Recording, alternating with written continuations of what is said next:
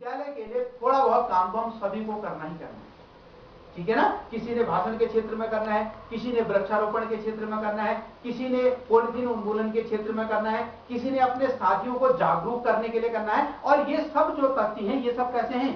वैज्ञानिक तथ्य। जैसे हम आज ओजोन के बारे में जानकारी प्राप्त कर रहे हैं, आपको बुकलेट दे रहे हैं, तो इससे कुछ न कुछ आपको क्या मिलेगी? वैज्ञानिक जानकारियां मिलेगी और उससे आपका विकास होगा।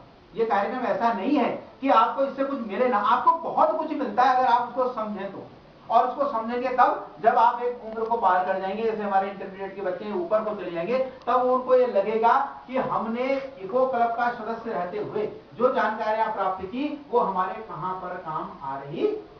तो मैं सभी साथियों का जो यहाँ पर आए उनका आभार, हार्दिक आभार व्यक्त करना चाहता हूं और ये आशा भी करता हूं कि हमारे विद्यालय के शिक्षकों के सहयोग के बिना ये कार्य करने का कोई संभव ही नहीं है। जो भी काम होंगे आपके सहयोग से होने हैं। आप सभी लोगों से सहयोग की आशा करता हूं और सभी लोगों से क्षमा चाहते हुए, समय को देखते हुए मैं प्रधानाचार्य महोदय से अब निवेदन करूंगा कि हमारे नए इको क्लब सदस्यों को का मार्गदर्शन और आशीर्वचन के रूप में 2 शब्द कहने व्यक्त करेंगे। श्रद्धेय प्रधानाचार्य।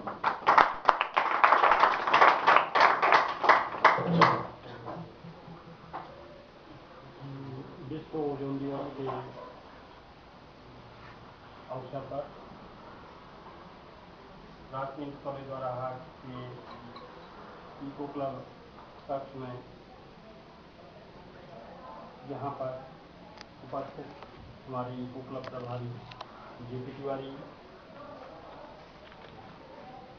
इस विद्यालय के समस्त विद्वान शिक्षक साथी और हमारे विद्यालय के प्रिय अनुशासित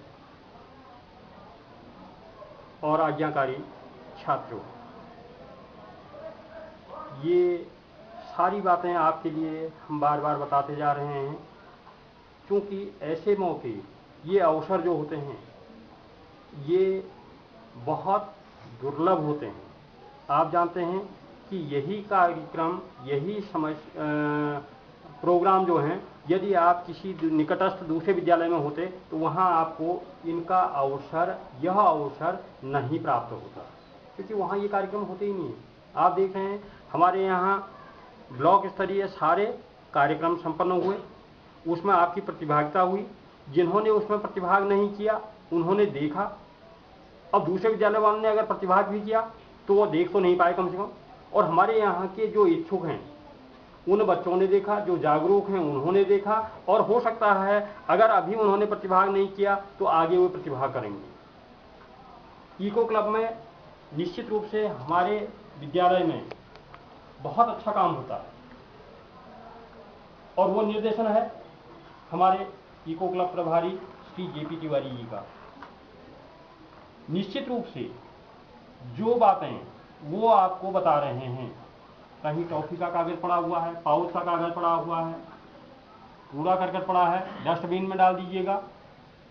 कोई पेड़ सर्वाइव कर रहा है, उसके चारों ओर की घास वगैरह को आप नष्ट करके उसको ग्रोथ करने में जितनी अपनी ओर से सहायता दे सकते हैं।